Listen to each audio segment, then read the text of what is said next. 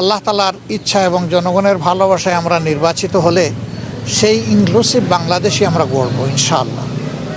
সাধারণ নির্বাচন এবং রেফারেন্ডাম যদি একই দিনে হয় সেখানে কোনো প্রবলেম হবে কিনা, আমরা বলেছি যে আমাদের দেশের মানুষ ততটা এখনও কনসাস না, এই জন্য একই দিনে দুটো নির্বাচন হলে দুটা নির্বাচনই ক্ষতিগ্রস্ত হওয়ার আশঙ্কা আছে, ভোটার টার্নওভারও কম হতে পারে। এই সমস্ত কারণ সামনে রেখেই আমরা বলেছিলাম দুটো নির্বাচন আলাদা আলাদা হওয়া উচিত। সেই দাবি এখনও আমাদের আছে, সরকার ইচ্ছা করলে সেই দাবি এখনও বাস্তবায়ন করতে পারে। তারা আরও জানতে চেয়েছেন যে পিআরের ব্যাপারে আমাদের অবস্থান কী। আমরা বলেছি যে পিআর আমাদের দাবি, আমরা এটা জনগণের জন্য করেছি, দলের জন্য নয়।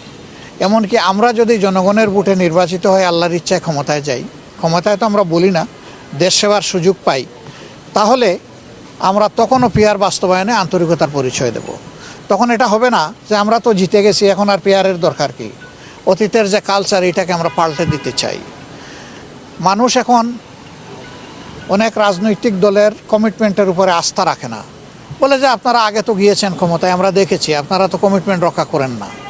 এই যে একটা ব্যাড কালচার হয়ে গেছে, এটাকে পাল্টানোর দায়িত্ব কাউকে না কাউকে নিতে হবে, সেই দায়িত্বটা আমরাই নিতে চাই, আপনারা দোয়া করবেন। তারপরে তারা জানতে চেয়েছেন সমাজের বিভিন্ন অংশের মানুষের প্রতিনিধিত্ব কিভাবে হবে, সকল মানুষের সিকিউরিটি কিভাবে নিশ্চিত হবে, রোহিঙ্গা সমস্যার সমাধানটা কিভাবে হবে, এ নিয়ে আমাদের কি চিন্তা ভাবনা। নির্বাচন পরবর্তী সময়ে যদি আমরা নির্বাচিত হই তাইলে প্রথম 100 দিনে আমাদের জনগণের প্রতি কি বক্তব্য থাকবে, কি করণীয় থাকবে, এই বিষয়গুলো তারা আমাদের কাছে জানতে চেয়েছে। তো আমরা বলেছি যে আমাদের সব কিছুই ফ্রেম করা আছে, আমরা ওয়ান টাইম যখন যেটা প্রযোজ্য সেটা আমরা সামনে রিলিজ করব। তারা আমাদের ম্যানিফেস্টোতে কিছু জিনিস দেখতে চান, আমরা বলেছি অলরেডি এগুলো আমরা ইনক্লুড করে নিয়েছি।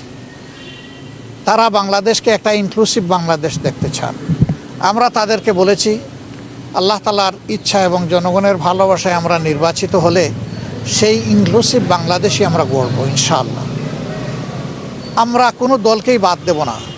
আমরা দেশের স্বার্থে দারুণভাবে আমরা অনুভব করি যে অ্যাটলিস্ট আগামী 5টা বছর দেশের স্থিতিশীলতা, ইকোনমি ফিরাইয়ে আনা, আইনের শাসন সমাজে কায়েম করা এবং সমাজ থেকে দুর্নীতিকে নির্মূল করা বা বিদায় দেওয়া, এর জন্যে প্রয়োজন আমাদের একটি জাতীয় সরকারের। আমরা নির্বাচিত হলে সেই সরকারটাই গঠন করব।